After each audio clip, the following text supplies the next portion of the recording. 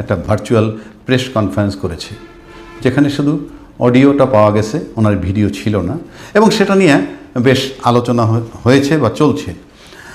এবং এটাকে কিভাবে দেখছে আন্তর্জাতিক সংবাদ মাধ্যম, এটা একটা বিষয়।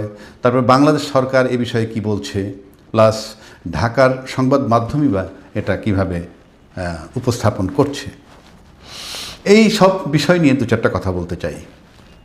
এই সরকার মানে আমি বলছি আওয়ামী লীগ সরকার, তার পতন হলো 5ই আগস্ট 2024, কেটে গেল 2টি বছর।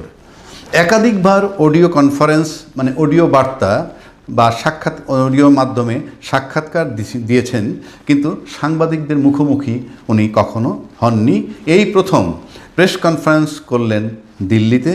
এই কনফারেন্সে দেশে ফেরার ঘোষণা যেমন দিয়েছেন, একইভাবে বাংলাদেশের বর্তমান সরকার এমনকি অন্তর্বর্তীকালীন সরকারেরও বেশ সমালোচনা উনি করেছেন।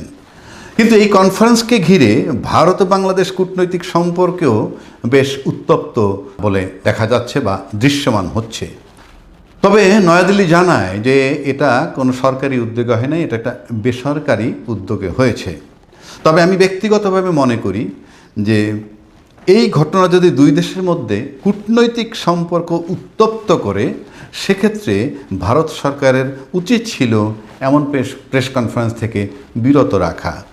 এবং ভারত সরকার যদি এমনটা না চাইতেন যে এমন একটা প্রেস কনফারেন্স করলে দুই দেশের মধ্যে সম্পর্ক উত্তপ্ত হয়, তাহলে এইটা ওই সরকারের বারণ করার ক্ষেত্রে তেমন কোনো বিষয় ছিল না, উনি পারতেন।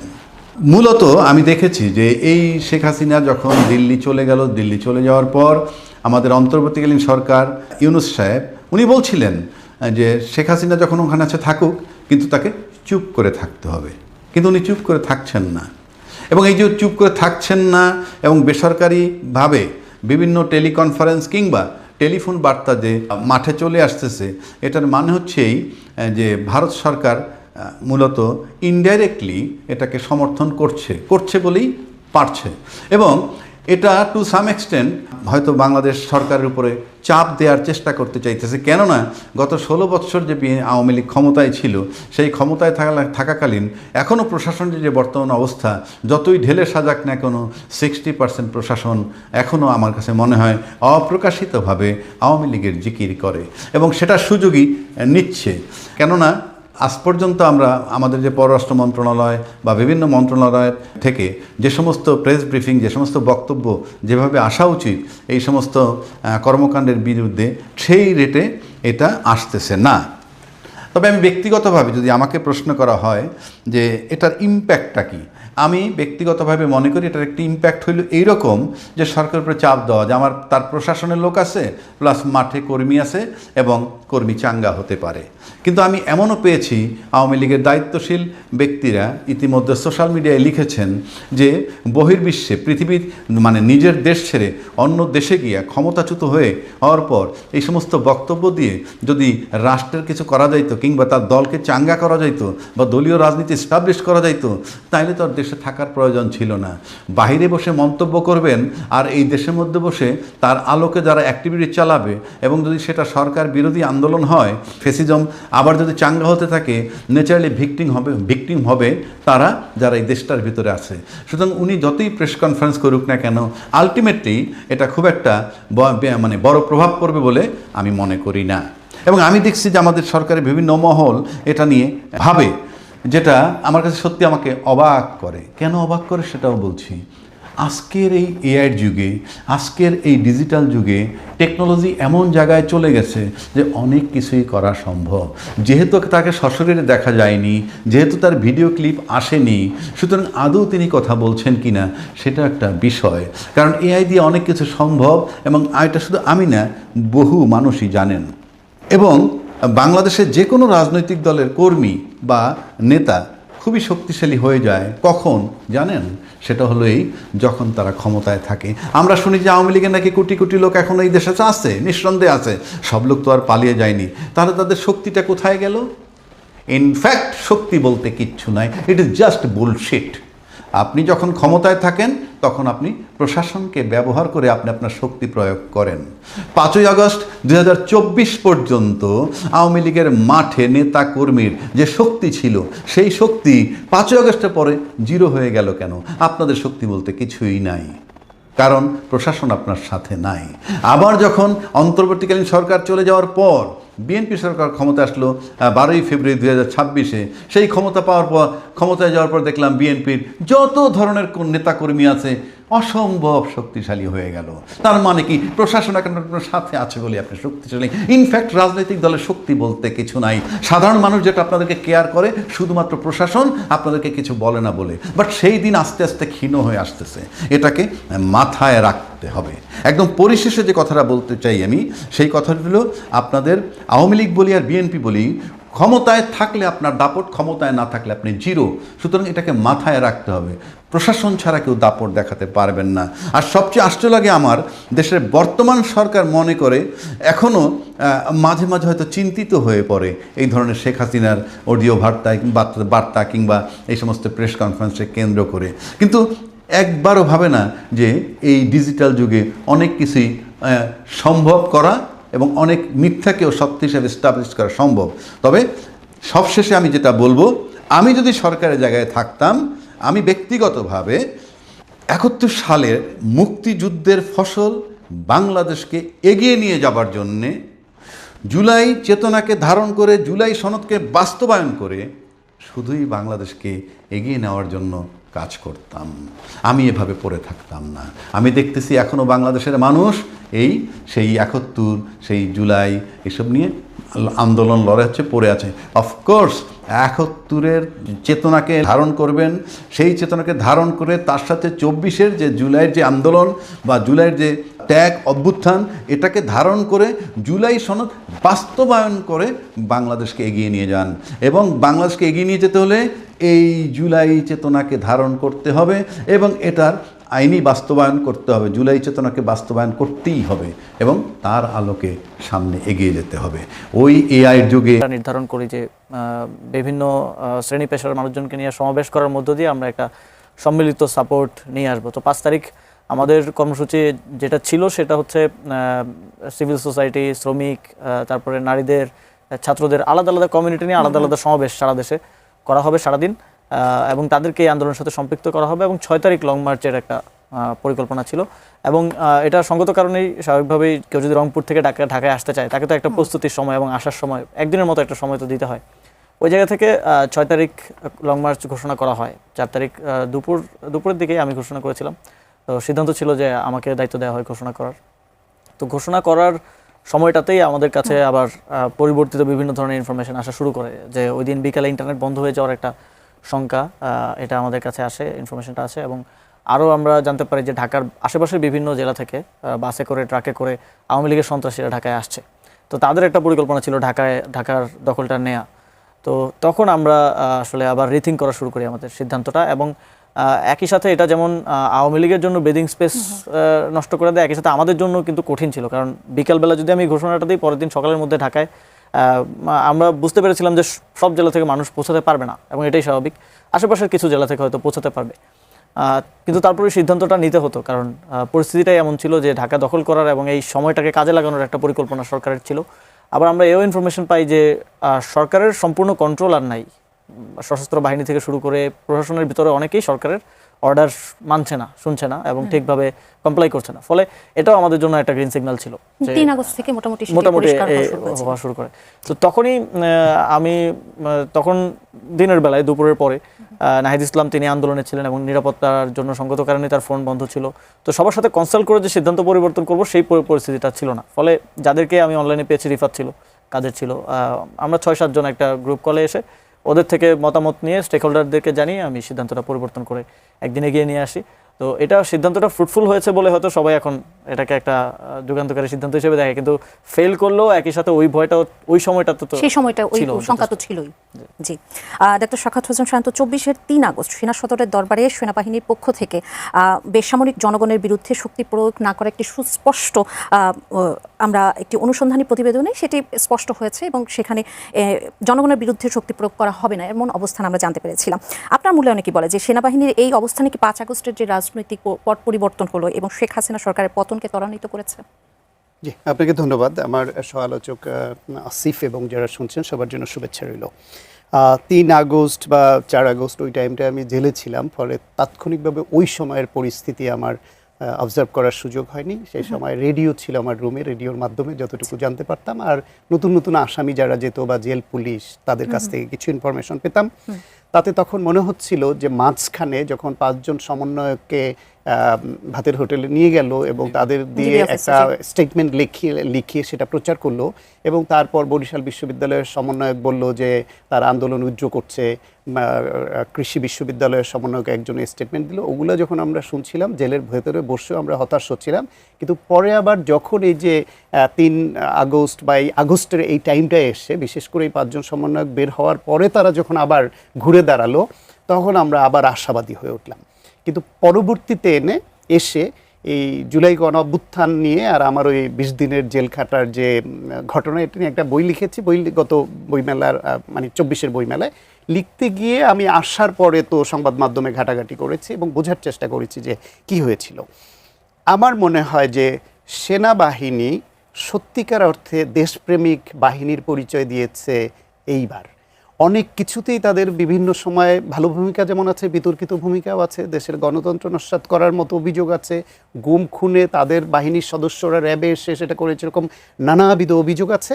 কিন্তু দেশের মানুষের পক্ষে একদম নিঃশর্তভাবে যে দাঁড়িয়েছে সেটা হচ্ছে এই 5ই আগস্টের ঘটনায়। তারা যখন দেখেছে, এবং এটা কেন হলো, আমার ধারণা যেটা হয়েছে সেটা হচ্ছে যে একটা পর্যায়ে যখন আন্দোলনটা পাবলিক বিশ্ববিদ্যালয় এবং রাজনৈতিক দলের সদস্যদের অংশগ্রহণের বাইরে ছড়িয়ে গিয়ে এটা যখন প্রাইভেট বিশ্ববিদ্যালয়, ইংলিশ মিডিয়াম স্কুল, সাধারণ স্কুল, গৃহবধূ সবাই সম্পৃক্ত হয়ে পড়ল, তার মধ্যে বিশেষ করে যখন ইংলিশ মিডিয়াম স্কুল এবং প্রাইভেট ইউনিভার্সিটির ছাত্ররা ব্যাপক হারে নামলো, ওইখানে কিন্তু এই সেনাবাহিনী, এই পুলিশ অফিসার, এই আমলা, এই যে একটু এলিট ক্লাস যারা, এদের সন্তানরা পড়ে।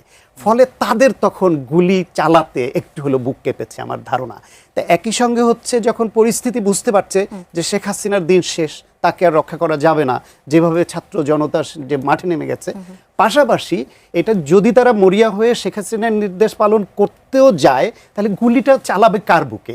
যেখানে বন্দুক তাক করে সেখানেই দেখে তার সন্তান, তার ভাতিজা, তার ভাগ্নে, তার আত্মীয়, তাদের সন্তানরা। সুতরাং এইটা আমার মনে হয় একটা মনস্তাত্ত্বিক চাপ তাদের উপর বাড়তি তৈরি করেছে, এবং সেনাবাহিনী খুব ওয়াইজলি দেশের পক্ষে, মানুষের পক্ষে ভূমিকা নেওয়াতে আরও রক্তক্ষয় হয় নাই। সেনাবাহিনী এই ভূমিকায় নামলেও শেখ হাসিনাকে রক্ষা করতে পারতো না, হয়তো পাওয়ার অন্য কারো হাতে চলে যেত বা সেনাবাহিনী নিজেই নিয়ে নিতে পারতো, সেরকম হতে পারতো। কিন্তু তাতে অনেক জীবনহানি বাড়তো, অনেক জানমালের ক্ষতি বাড়তো। শেখ হাসিনার পতন নিশ্চিত হয়ে গেছে 3 তারিখের পর থেকে, কিন্তু সেনাবাহিনী ভূমিকাটা নেওয়াতে, শেখ হাসিনার পক্ষে তারা গুলি না চালানোতে, রাস্তায় না নামাতে, ওইভাবে জীবনহানি আর বাড়েনি, যতদূর বেড়েছে। তাই সেই হিসেবে সেনাবাহিনীর ভূমিকাটা আমার কাছে মনে হয়েছে খুবই ওয়াইজ ছিল। একদম। আসিফ মোহাম্মদ সজীব ভাইয়া, ওর প্রতিবেদনেই দাবি করা হয়েছে যে 5 আগস্ট সকালে শেখ হাসিনা পদত্যাগের প্রস্তুতি নিচ্ছিলেন, আর একই সময় সেনাপ্রধান রাজনৈতিক নেতাদের সেনা সদরে ডাকেন। প্রতিবেদনে বলা হয়েছে এনসিপি প্রায় অভিযোগ করে অনেক রাজনৈতিক দল সুযোগ সন্ধানী আচরণ করেছে, কিন্তু সেই মুহূর্তে রাজনৈতিক দলগুলোর যদি সম্পৃক্ততা না থাকতো, এই যে দেশে তো আরও বড় অরাজকতা হওয়ার সম্ভাবনা ছিল, সেখানে রাজনৈতিক দলগুলোর ভূমিকা আপনার কেমন মনে হয়েছে? প্রথমত শান্ত ভাই যথার্থ বলেছেন যে আমি যখন একটা অভিজ্ঞতা শেয়ার করি, আমি যখন ডিবিতে ছিলাম, তো একজন অফিসারকে দায়িত্ব দেওয়া ছিল আমাকে খাবার দেওয়ার জন্য আর কি। তো একটা রুমে আলাদা আলাদা করে তো আমাদেরকে রেখেছিল। তো সে খাবার দিতে এসে তার ফোনটা বের করে ছবি দেখাচ্ছে যে আমার মেয়ে হচ্ছে তোমাদেরকে পছন্দ করে, সে জানতে চাইছে যে তুমি কেমন আছো। আমার সাথে একটা সে ছবি তুলে নিয়ে গেল, তার মেয়েকে দেখাবে। তো ওই অফিসারটা তো আর মাঠে গেলে গুলি চালাবে না, স্বাভাবিক। তো এটাই আসলে আন্দোলনটা যখন জনগণের হয়ে যায়, তখন এই প্রশাসনের ভেতরের লোকজনেরও আসলে সেখানে গুলি চালাতে, এটার বিরুদ্ধে অবস্থান নিতে অনেকেরই হাত পা কেঁপেছে এবং অনেকে ওই অবস্থান থেকে তারা সরে এসেছে। তো রাজনৈতিক দলগুলোর ক্ষেত্রে আমার মনে হয় যে রাজনৈতিক দলগুলোর যে ক্যান্টনমেন্টে যাওয়া, এটাকে আমরা দেশের গণতন্ত্রের জন্য এক ধরনের তাদের সিদ্ধান্ত মেকিং এক ধরনের ভুল বলে রিড করি, এবং তখন আমরা আমাদের এই অবস্থানে ছিল। এবং তখন আমাদের রাজনৈতিক দলগুলো যারা যারা গিয়েছেন তাদের সাথে, তাদের মধ্যে জোনাস সাকিব ভাইয়ের সাথেও কথা হয়েছিল, তখন আমরা তাকেও এটা জানিয়েছি। কারণটা হচ্ছে আমরা মনে করি যে যেই গণভ্যুত্থানটা হয়েছে, এই গণভ্যুত্থানটা হওয়ার পরে রাজনৈতিক দলগুলোর উচিত ছিল আমাদের সাথে বসে রাজনৈতিক এই পরবর্তীতে কি সরকার আসবে না আসবে, নির্বাচন কবে না হবে, এটা তো পলিটিক্যাল সিদ্ধান্ত, এটা তো মিলিটারি ডিসিশন কিংবা এটা অন্যান্য কারো ডিসিশন না। তারা স্টেক হোল্ডার হতে পারে, তাদের সাথে আমরা আলোচনা করতে পারি, বাট তারা এটার মূল ড্রাইভিং ফোর্স হওয়া উচিত না। তো এই রাজনৈতিক সিদ্ধান্তটা রাজনৈতিক দলগুলোর আমাদের সাথে বসে নেওয়া উচিত ছিল। তো কিন্তু আমার মনে হয় যে তারা হয়তো ওই সময় এটা মেজারও করতে পারে নাই যে তাদের অথরিটি বা তাদের দায়িত্বটা কতটুকু ছিল। তো তারা ওই অথরিটিটা আরেকজনকে গিয়ে দিয়ে এসেছে এবং ওইখানেই কিছুটা কম্প্রোমাইজের জায়গা আসলে তৈরি হয়েছে। সেই জায়গা থেকেই আমরা, এবং দেখেন মিটিংটা ডাকা হয়েছিল 5 আগস্ট সকাল 11টায়, এবং সকাল 11টায় তো শেখ হাসিনা পালিয়ে যায়নি, শেখ হাসিনা সিটিং অবস্থায় আছে। তো ওই অবস্থায় আপনি ওই মিটিংয়ে কেন যাবেন, এটা একটা কোশ্চেন। এই কোশ্চেনের উত্তর এখন পর্যন্ত আমরা পাইনি। তবে এটা সত্য যে রাজনৈতিক দলগুলোর প্রতিনিধিদের মধ্যে কেউ কেউ সেই মিটিংয়েও বলেছেন যে আমরা এখানে একা বসে এই বিষয়ে সিদ্ধান্ত নিতে পারি না, যারা আন্দোলন করছেন, আন্দোলনের নেতৃত্বে আছেন, তাদের সাথেও আমাদের বসা প্রয়োজন, যারা এই মুহূর্তে জনগণের প্রতিনিধিত্ব করছেন তাদের সাথেও আমাদের বসতে হবে। জি, আপনি কয়েকদিনের ঘটনা দেখেছেন, কয়েকদিনের এই যে জুলাই নিয়ে যে কথাগুলো চলছে, বিশেষ করে জুলাই কার যেটি আপনি আমাদের সালাউদ্দিন আহমেদ বলেছেন, যে আমি যদি প্রথম আপনাকে যদি বলি যে জুলাই কার, তাহলে জুলাই আমাদের কারোই থাকবে না, জুলাই আমাদের সবার। এবং এই জুলাইয়ের আকাঙ্ক্ষা বাস্তবায়নে ঐক্যের আহ্বান জানিয়েছেন সালাউদ্দিন আহমেদ, এবং তিনি বলেছেন এই ঐক্য ভেঙে গেলে আসলে অনেক অনাকাঙ্ক্ষিত ঘটনাই ঘটতে পারে, এরকমভাবেই তিনি বলেছেন। যে আপনার মতে বাস্তবে কি জুলাইয়ের চেতনা এখনো জাতীয় ঐক্যের ভিত্তি হতে পেরেছে কিনা? আজকে 2 বছর পরে এসে আমরা কি বলতে পারি? অনেকখানি এখনো আছে। শোনেন, রিয়ালিটি হচ্ছে যখন গণঅভ্যুত্থান হয় তখন বাংলাদেশে মোটা দাগে 2টা পক্ষ ছিল। একটা পক্ষ হচ্ছে শেখ হাসিনার ফ্যাসিবাদের পক্ষ, খুনি, গণহত্যাকারী, লুটপাটকারী, গুমখুনকারী একটা পক্ষ। আর একটা পক্ষ হচ্ছে বাকি সকল রাজনৈতিক অরাজনৈতিক শক্তি যারা দেশে গণতন্ত্র চায়, মানবাধিকার চায়, বাক স্বাধীনতা চায়, একটা নতুন বাংলাদেশ চায়। সেই ফলে 2টা পক্ষ, 2 পক্ষের মধ্যে একটা পক্ষ পরাজিত হয়েছে, গণহত্যা করেছে, পালিয়ে গেছে।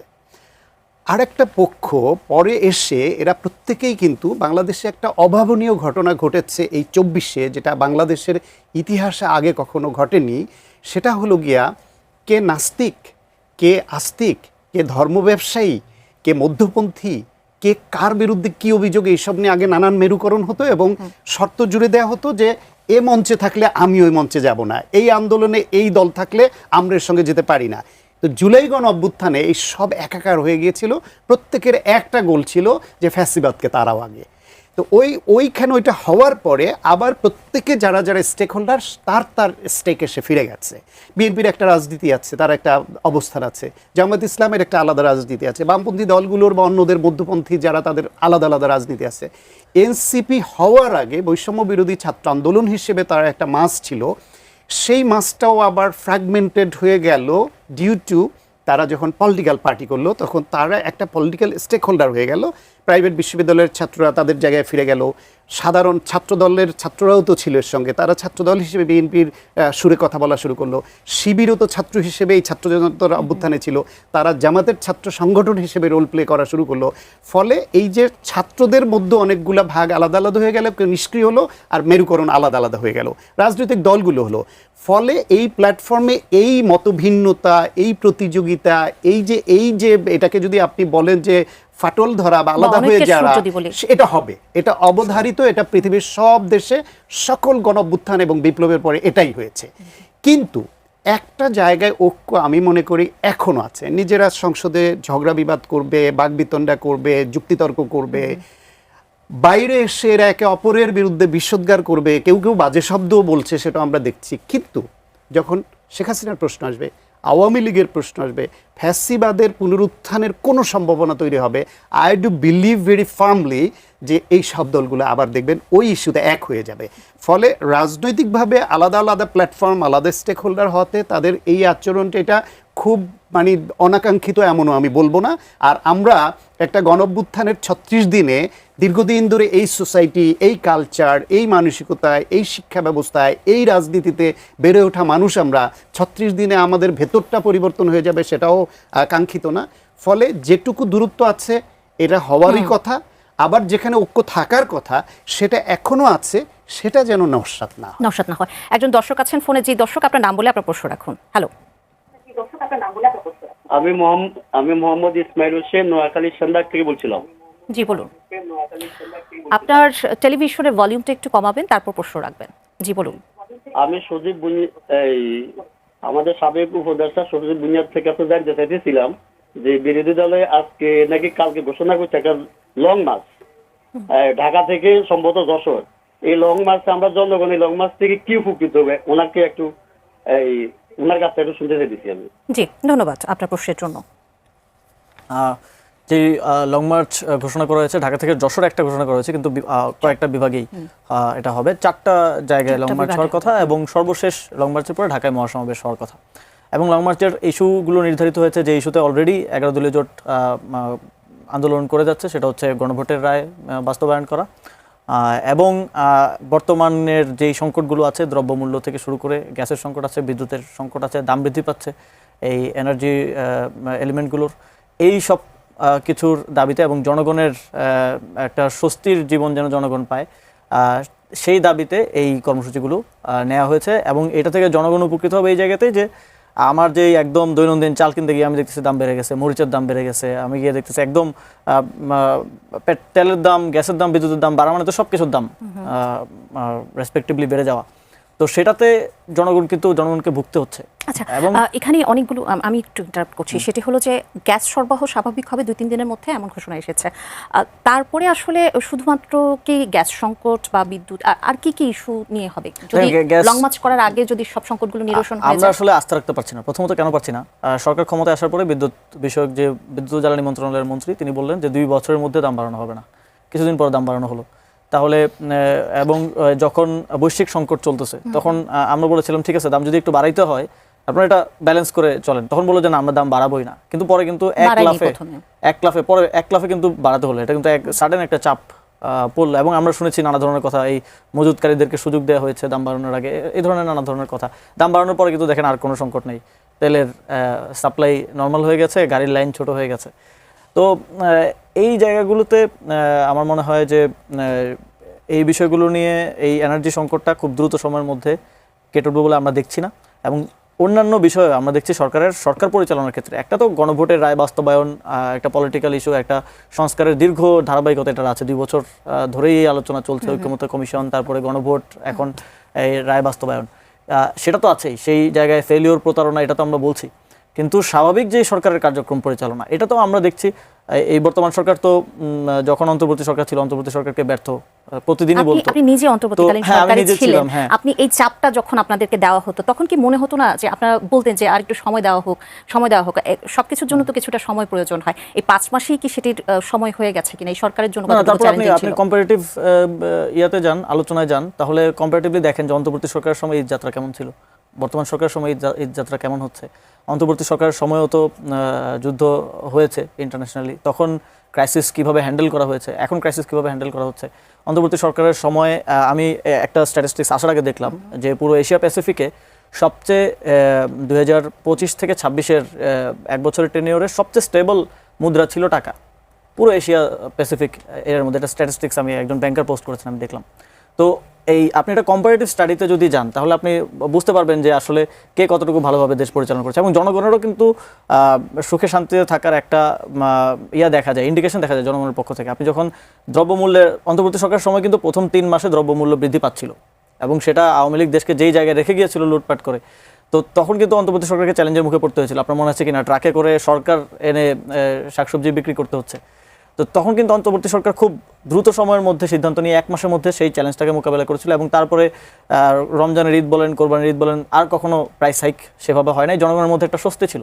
তো এখন আবার কেন ওই জায়গাটাতে ফিরে যাচ্ছে, কেন এই ধারাবাহিকতাটা রক্ষা করা যাচ্ছে না? আমরা তো শুনতাম যে এই নির্বাচিত সরকার আসলে সব সমস্যার সমাধান হয়ে যাবে, কিন্তু আমরা দেখছি যে সমস্যা আরও বাড়ছে। আচ্ছা, আমি শাখাওয়াত হোসেন শান্ত আপনার কাছে একই প্রশ্ন রাখতে চাই। যেহেতু তিনি সরকারে ছিলেন তার ব্যাখ্যাটা তিনি দিয়েছেন, আপনার ব্যাখ্যায় কি বলে যে অন্তর্বর্তীকালীন সরকারের সময় যেই আমরা কথাগুলো বলি যে চ্যালেঞ্জগুলো ছিল সেই চ্যালেঞ্জগুলো হয়তো বা এখনও আছে, তিনি যদি বলেন যে তখন তারা ঠিকমতো চালাতে পারছিল, আপনার কি মনে হয় এই সরকার কি তাহলে ব্যর্থ? অন্তর্বর্তীকালীন সরকারও ঠিকমতো চালাতে পারেনি পুরোপুরি, এই সরকারও এখনো পর্যন্ত পুরোপুরি ঠিকমতো চালাতে পারছে না। কিন্তু 2টা সরকারের মধ্যে বেসিক কিছু পার্থক্য থাকে, এটা তুলনার যোগ্য না। আপনি দেখবেন 111 সরকারও কিন্তু শুরুতে সে খুব ভালো চালিয়েছে, অন্তত 6 মাস খুব প্রশংসিত হয়েছিল, মানুষ খুব বাহবা দিচ্ছিল। পরে আস্তে আস্তে ডেটোরিয়েট করতে শুরু করলো। অন্তর্বর্তীকালীন সরকার তারা জানে তাদের মানে খুব শর্ট টার্মের জন্য তারা আছে, ফলে তাদের দীর্ঘমেয়াদী কোনো পরিকল্পনা নিতে হয় না। তারা তাৎক্ষণিক ব্যবস্থাপনা দিয়ে ওই সময়টাকে অ্যাড্রেস করে কিভাবে মানুষকে একটু কমফোর্ট দেওয়া যায় সেই চেষ্টা করে। আর একটা নির্বাচিত সরকারকে 5 বছর মিনিমাম মাথায় রেখে কখনো কখনো আরও দীর্ঘমেয়াদী পরিকল্পনা করতে হয়। ধরেন এই যে ফ্যামিলি কার্ড বলেন, হেলথ কার্ড বলেন, কৃষক কার্ড বলেন, ফার্মার্স কার্ড, অন্যান্য 5 বছর মেয়াদি একটা পরিকল্পনা নিয়ে বাজেট কিভাবে অ্যালোকেট হবে সেটা তাদের করতে হয়। চাকরির বাজার, এই কথাটা গত কয়েকদিনে আমি একাধিক জায়গায় বলেছি যে আওয়ামী লীগের 16.5 বছর, আগের 111-এর 2 বছর এবং ইন্টেরিমের 2 বছর কারো তো এই দেশে চাকরি বাকরি হয় নাই, তেমন কর্মক্ষেত্র তৈরি হয় নাই, বিনিয়োগ হয় নাই। এখন একটা সমাজসেবা অধিদপ্তরের 3য় শ্রেণীর কর্মচারীর একটা নিয়োগ হবে। 312টা পোস্টের জন্য অ্যাপ্লিকেশন পড়েছে 12,34,409 জন। এর আগে আরেকটা MLSS পিওন পদে 18 জন নিয়োগ দিয়েছে। 8ম শ্রেণী পাস যোগ্যতা চাওয়া হয়েছিল, সেখানে মাস্টার্স পাস ছাড়া তারাও উচ্চশিক্ষিতই হচ্ছে 17 জন। এই পর্যায়ে আছে। এই সরকারকে কিন্তু 5 বছর মেয়াদি এটা মাথায় রেখে তাদেরকে পরিকল্পনা নিতে হবে। স্বাস্থ্য সেক্টরে বাজেট দ্বিগুণ করেছে, 51 শয্যার হসপিটাল 101 করার পরিকল্পনা নিয়ে এগোচ্ছে। নন কমিউনিকেবল ডিজিজ বা অসংক্রামক ব্যাধিগুলো কিভাবে প্রিভেন্ট করবে সে এরকম নানামুখী বহু পরিকল্পনা একটা নির্বাচিত সরকারকে দীর্ঘমেয়াদী short term, mid term and long term নিতে হয়, যেটা ইন্টারিম গভর্নমেন্টকে নিতে হয় না। তারপর হচ্ছে গিয়ে এই সরকার, নির্বাচিত সরকার আসার পরে তারা বড় একটা সংকটে পড়ল, হচ্ছে ইসরায়েল, আমেরিকা, ইরানের যে যুদ্ধ, এই সংকট। আর তার আগে হলো দায়িত্ব নেওয়ার 1 সপ্তাহের মধ্যে রোজা। ফলে তারা কিছু সংকটের মধ্য দিয়ে গেছে। কিছু কিছু জায়গায় তাদের মিসম্যানেজমেন্টের সমালোচনাও আছে যে এটা না করে ওটা করলে ভালো হতো। কিন্তু এত বছর পরে দায়িত্ব নিয়ে এই রকম সমস্যা সংকট নিয়ে একটা সরকার সবই যে ভালো করবে এটা আশা করাও ভুল, তবে বেশিরভাগ ভালো করেছে।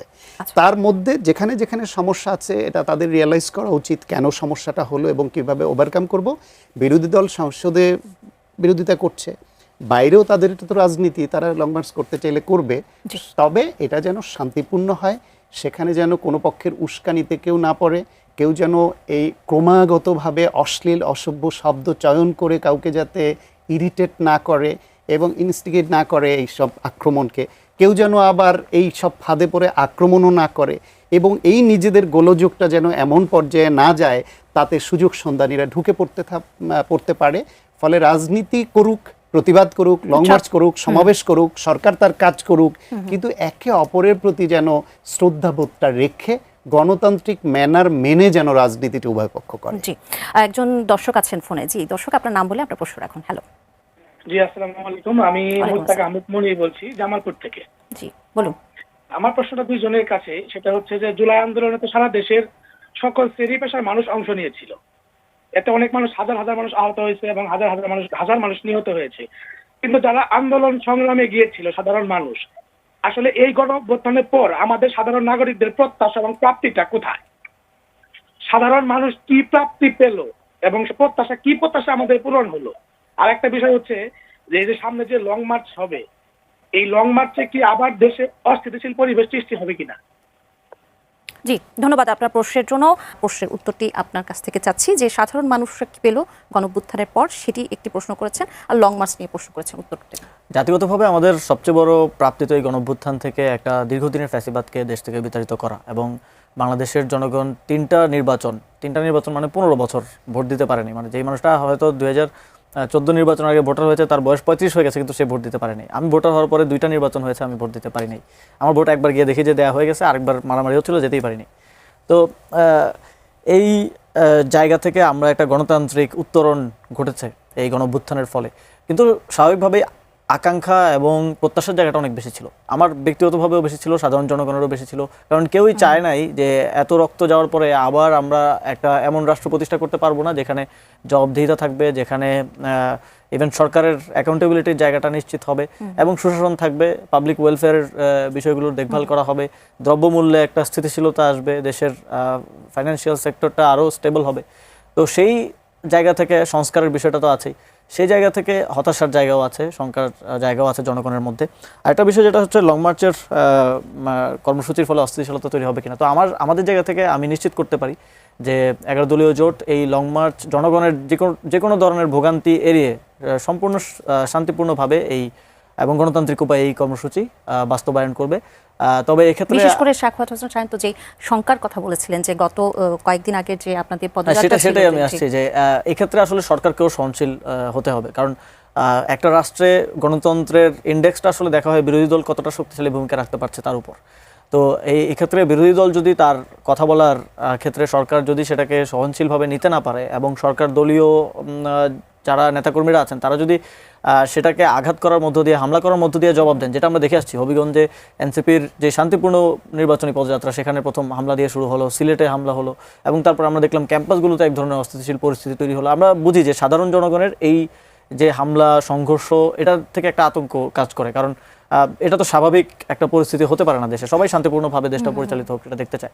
তো সেক্ষেত্রে আমরা আহ্বান জানাবো যে বিরোধী দলের এই সাংবিধানিক অধিকার এবং জনগণের জন্যই এই কর্মসূচি, বিরোধী দলের পক্ষ থেকে আমরা নিশ্চিত করতে চাই যে আমরা এটা শান্তিপূর্ণভাবে পালন করব। তবে সরকারের পক্ষ থেকে সরকারকেও সহনশীল, সরকার দলের নেতাকর্মীদেরকেও সহনশীল ভূমিকা রাখতে হবে। আপনাকে একটা প্রশ্ন করতে চাই, আপনাদের এনসিপির এক কেন্দ্রীয় নেতা প্রশাসনকে সতর্ক করতে গিয়ে বলেছেন এই পুলিশকে আমরা পিটিয়ে রক্তাক্ত করেছিলাম। পরে তিনি দাবি করেছেন এটি ছিল অতীতের ঘটনা স্মরণ করিয়ে প্রশাসনকে সতর্ক করার একটি বক্তব্য। এই ধরনের উস্কানিমূলক কথা যদি আমি বলি, এগুলো হলে কি লং মার্চের সংখ্যাটা আবার না, এই ধরনের বক্তব্যকে আমরা পার্টি হিসেবে একেবারেই সমর্থন করি না। আমি দেখব এটা কে করেছেন, তার বিরুদ্ধে প্রয়োজনে তদন্ত করে সাংগঠনিক ব্যবস্থা গ্রহণ করা হবে। আমাদের জায়গা থেকে জুলাই গণঅভ্যুত্থানে যেটা হয়েছে, অনেকেই এই উদাহরণটা দিতে গিয়ে ভুল শব্দ ব্যবহার করে থাকেন। এটা জনগণের রেজিস্ট্যান্স। আপনি যখন নিরস্ত্র জনগণকে মারবেন, গুলি করবেন, তখন তো সে বসে থাকবে না। এবং এটা আমার ধর্মেও বলে যে আপনার জীবন বাঁচানোটা তো ফরজ। এবং এই জনগণের রেজিস্ট্যান্স বাংলাদেশে এর আগেও হয়েছে, এটা প্রথমবার হয় নাই। মুক্তিযুদ্ধের সময় হয়েছে, 90-এর গণঅভ্যুত্থানে হয়েছে, 69-এর গণঅভ্যুত্থানে আমরা দেখেছি, এবং 2000 এই খুব রিসেন্ট 11 সরকারের সময় কিন্তু আমরা প্রতিরোধে দেখেছি। তো এটার ক্ষেত্রে অনেকেই আসলে ভাষাগত জায়গা থেকে